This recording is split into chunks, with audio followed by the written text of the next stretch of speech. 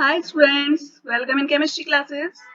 आप लोग देख रहे हैं यहाँ पर Hindi lectures, Tuesday special Hindi lectures of F block elements. You can see here both types of videos are available in our channel. Both Hindi videos and English videos are available.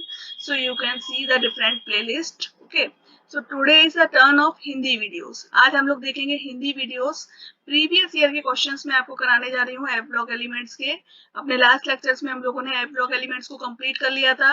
अभी हम देखेंगे किस टाइप के क्वेश्चंस पूछे जाते हैं CSIR net exam में F block element से। ठीक है, तो वीडियो स्टार्ट करते हैं। सबसे पहला क्वेश्चन है दिसंबर 2019 से। What is the question? Pair of lanthanide ions which shows significant deviation between the experimental and the calculated magnetic movements considering the contribution from ground state only. We have given that the mu effective is equal to j plus 1 to power half. This is given to us. Okay, हमको ये दिया हुआ है कि mu effective किसके द्वारा दिया जाता है? J plus 1 whole under root. Okay, इसके द्वारा दिया जाता है। हमें चार ऑप्शंस दिए हुए हैं, हमें बताना है कि इनमें से कौन सा ऑप्शन राइट है। देखिए, मैंने आपको बताया था कि लैंथेनाइड्स के कौन से पेयर है जिनमें एक्सपेरिमेंटल और कैलकुलेटेड वैल्यूज में डिफरेंस देखने को मिलता है। तो यहाँ पर आपको इस फॉर्मूले को लगाने की कोई नीड नहीं है, कोई जरूरत नहीं पड़ेगी इस फॉर्मूले को लगाने की। ठीक है, आपको क्या करना है, बस टिक करना है इस ऑप्शन नंबर डी को, Sm+3 और Eu+3। एक्चुअली में क्या होता है, ये जो दोनों कॉम्प्लेक्सेस हैं, मैंने आपको बताया था जब आपने लेक्चर्स पढ़ाए थे, Sm+3 और Eu+3, इनके केस में जो जे लेवल्स के बीच का डिफरेंस है वो सिर्फ 100 सेंटीमीटर इनवर्स 1 है। ठीक है, this is the difference between the J values. तो यानी जो जे लेवल्स है हमारे, वो बहुत ही क्लोजली स्पेस्ड है, बहुत पास पास सटे हुए हैं इस टाइप से। इनके बीच का जो डिफरेंस है दिस इज नेग्लिजिबल, 100 सेंटीमीटर -1। तो एक्चुअली में क्या होता है, जब आप रूम टेम्परेचर पर ही एनर्जी प्रोवाइड करते हैं, जो थर्मल वाइब्रेशंस हो रहे होते हैं रूम टेम्परेचर पर, उनसे ही क्या होता है, इनको एब्जॉर्ब कर लेते हैं इलेक्ट्रॉन्स। और जो यहाँ पर इलेक्ट्रॉन्स प्रेजेंट थे वो एक्चुअली में यहाँ से एक्साइटेड होकर कहाँ पहुंच जाते हैं, एक्साइटेड स्टेट में पहुंच जाते हैं। ठीक है, हम क्या कर रहे थे, ग्राउंड स्टेट का मैग्नेटिक मूवमेंट कैलकुलेट कर रहे थे। लेकिन जब आपने देखा यहाँ पर, तो ग्राउंड स्टेट में लेवल में कम ही इलेक्ट्रॉन्स रह गए, क्योंकि इलेक्ट्रॉन्स कहाँ पर एक्साइटेड हो गए थे, अपर लेवल में। इसलिए यहाँ पर ग्राउंड लेवल में बहुत कम ही इलेक्ट्रॉन्स प्रेजेंट रह जाते हैं। ठीक है, इसलिए जब आप वैल्यू निकालते हैं तो एक्चुअली में क्या होता है, जो म्यू एक्सपेरिमेंटल है, it much higher as compared to mu calculated. Mu calculated की तुलना में म्यू एक्सपेरिमेंटल की वैल्यू बहुत ज्यादा आती है। क्यों? क्योंकि यहाँ पर म्यू कैलकुलेटेड में आपको ग्राउंड स्टेट में इलेक्ट्रॉन्स ही कम मिल रहे हैं, तो मैग्नेटिक मूवमेंट कम आएगा। ठीक है, तो इससे बचने के लिए हमको क्या करना होता है, हमको कम टेम्परेचर पर यानी लोअर टेम्परेचर पर मैग्नेटिक मूवमेंट कैलकुलेट करना होता है। ओके, तो ये थी इसके पीछे की कॉन्सेप्ट। चलिए नेक्स्ट क्वेश्चन देखते हैं। नेक्स्ट क्वेश्चन क्या है, the coordination number of GD in GdCl3 6H2OH। हमें एक कॉम्प्लेक्स दिया है GdCl3 6H2O। इस कॉम्प्लेक्स में इसकी कोऑर्डिनेशन नंबर गैलोडियम की क्या है? तो देखिए, गैलोडियम यहाँ पर 8 कोऑर्डिनेशन नंबर शो कर रहा है। एक्चुअली में यहाँ पर क्या हो रहा है, जो 2Cl- है और 6H2O है, ये एक्चुअली में गैडोलिनियम के साथ में क्या कर रहे हैं, कोऑर्डिनेट कर रहे हैं और 8 कोऑर्डिनेटेड कॉम्प्लेक्स बना रहे हैं। इस कॉम्प्लेक्स की ज्योमेट्री क्या होती है, ट्राई कैप्ड ट्राइगोनल प्रिज्मेटिक। तो एक Cl जो है वो एक्स्ट्रा आयनाइज्ड फॉर्म में है, बाकी के 2 Cl और 6H2O जो है वो try capped trigonal prismatic form में प्रेजेंट है, इसलिए इसका कोऑर्डिनेशन नंबर कितना है, 8 है यहाँ पर। चलिए नेक्स्ट क्वेश्चन देखते हैं। अभी देखिए नेक्स्ट क्वेश्चन क्या है, the trivalent lanthanide ion having isotropic magnetic susceptibility is. यहाँ पर पूछा गया है कि ट्राइवेलेंट लैंथेनाइड आयन जिसमें आइसोट्रोपिक मैग्नेटिक सस्केप्टिबिलिटी देखने को मिलती है वो कौन सा है। तो सबसे पहली बात आपको ये पता होना चाहिए कि आइसोट्रोपिक मैग्नेटिक सस्केप्टिबिलिटी का मतलब क्या है। तो देखिए, जब हमने मैग्नेटिक फील्ड इंड्यूस किया which will have same strength in all the directions, मतलब हम उसको देख रहे हैं x डायरेक्शन में, चाहे हम उसको देख रहे हैं y डायरेक्शन में, चाहे हम उसको देख रहे हैं z डायरेक्शन में। ठीक है, किसी भी डायरेक्शन में देख रहे हैं, हमको हर डायरेक्शन में मैग्नेटिक सस्केप्टिबिलिटी सेम देखने को मिल रही है, सेम मैग्नेटिक सस्केप्टिबिलिटी हर जगह प्रेजेंट है। तो ऐसे मैग्नेटिक फील्ड को या मैग्नेटिक सस्केप्टिबिलिटी को हम कहेंगे आइसोट्रोपिक मैग्नेटिक सस्केप्टिबिलिटी। ये कब देखने को मिलेगी? ये तब देखने को मिलेगी जब हर दिशा में इलेक्ट्रॉन्स का अरेंजमेंट सेम हो।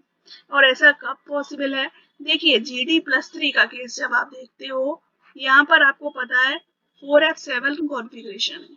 4f7 है मीन्स टू से 7 ऑर्बिटल्स जो प्रेजेंट है। हमको f ऑर्बिटल की ज्योमेट्री नहीं पता है, लेकिन हमको पता है कि कॉम्प्लेक्स होती है और यहाँ पर 7 ऑर्बिटल्स में एक एक इलेक्ट्रॉन्स प्रेजेंट है, यानी कि हर डायरेक्शन में एक इलेक्ट्रॉन प्रेजेंट है। इलेक्ट्रॉन्स कैसे? सिमेट्रिकली अरेंज्ड हैं, ठीक है। मेटल के चारों ओर इलेक्ट्रॉन्स सिमेट्रिकली अरेंज्ड हैं, तो इसलिए हर जगह मैग्नेटिक सस्केप्टिबिलिटी एक सी देखने को मिलेगी। इसलिए इसका जो राइट आंसर है वो है ऑप्शन नंबर बी, GD+3। चलिए नेक्स्ट क्वेश्चन देखते हैं। अभी ये देखिए स्टेटमेंट वाइज क्वेश्चन है। इस टाइप के क्वेश्चंस काफी पूछे जाते हैं एफ ब्लॉक एलिमेंट्स के लिए। दिसंबर 2018 का क्वेश्चन है, क्या है? Consider the following statement for EU+3। EU+3 के लिए हमें 4 स्टेटमेंट्स दिए हैं और बताना है सही स्टेटमेंट्स कौन कौन से हैं, ठीक है। पहला क्या दिया है? Position of sharp bands in UV visible spectra of its complex depends heavily on the ligand environment. मतलब जो शार्प बैंड्स हमें यूवी और विजिबल स्पेक्ट्रा में मिल रहे हैं इसके कॉम्प्लेक्सेस में, उनकी पोजीशन जो होती है वो लिगेंड्स के एनवायरनमेंट पर डिपेंड करती है हेवीली, ठीक है। हमको पता है ये क्या है? लैंथेनाइट्स है। लैंथेनाइट्स के केस में मैंने आपको पहले भी बताया हुआ था, जो 4f ऑर्बिटल है वो कैसा है? डीपली बरीड है। डीपली बरीड है मतलब बहुत अंदर धसा हुआ है एटम में, और ये बाहरी जो इलेक्ट्रॉन्स हैं उनके कांटेक्ट में नहीं, बाहरी, और ये जो बाहरी लिगेंड्स हैं उनके कांटेक्ट में नहीं आ रहा है, इसलिए लिगेंड के एनवायरनमेंट का इस पर कोई भी इफेक्ट नहीं पड़ता है। तो यानी कि आपको जो एक शार्प पीक देखने को मिल रही है वो इसी टाइप से मिलेगी, ठीक है। और इसका यूज हम कर सकते हैं वेवलेंथ कैलिब्रेशन के लिए इंस्ट्रूमेंट्स के, ठीक है। इतनी शार्प है और इतनी इसकी पोजीशन एक ही जगह पर अटैच्ड है, इसकी पोजीशन बिल्कुल भी चेंज नहीं होगी लिगेंड्स के हिसाब से। और यहाँ पर क्या लिखा है? Depends heavily on ligand environment, तो इसलिए ये ऑप्शन बिल्कुल ही गलत है। दूसरा क्या दिया है? It's ground state term symbol is 7f0। 7f0 इसका ग्राउंड स्टेट टर्म सिंबल है। तो टर्म सिंबल हम निकाल कर भी देख सकते हैं। देखिए कैसे निकालेंगे। हमें इसके लिए कॉन्फ़िगरेशंस याद होने चाहिए और मैंने आपको बताए थे कॉन्फ़िगरेशंस। EU+3 के केस में क्या होता है? 4f6, ठीक है। 4f6 तो आपने यहाँ पर बनाया 1 2 3 4 5 6 एंड 7। यहाँ पर 6 इलेक्ट्रॉन्स प्रेजेंट हैं, ओके। +3 +2 +1 0 -1 -2 एंड -3। तो यहाँ पर आप जब L की वैल्यू निकालेंगे तो कितनी आएगी? इसको आप कैलकुलेट कर सकते हैं। +3 +2 +1 +0 -1 -2, तो वैल्यू कितनी आती है आपकी? +3। यानी कि जो आपकी L की वैल्यू है वो +3 है, यानी कि आपका सिंबल क्या हुआ? F, ठीक है। 3 जो है वो F को डिनोट करता है। अभी इसके बाद आपको क्या निकालना है? Spin multiplicity. तो S की वैल्यू यहाँ पर देखिए कितनी आ रही है? S की वैल्यू आपकी आ रही है 3, ठीक है। तो 2s + 1 कितना हो जाएगा आपका? This will be equal to 7। तो आपका जो सिंबल है वो क्या आया? 7f, ठीक है। अब आपका जो शेल है वो लेस देन हाफ फील्ड है। लेस देन हाफ फील्ड होगा तो J की वैल्यू किसके द्वारा दी जाएगी? L - S के द्वारा। तो ये वैल्यू कितनी आएगी आपकी?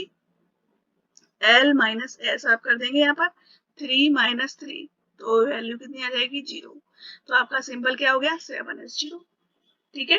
तो यानी कि ये जो स्टेटमेंट है आपका बी नंबर का, ये राइट है। फिर देखिए आगे क्या दिया है? The observed magnetic movement is due to populated higher levels.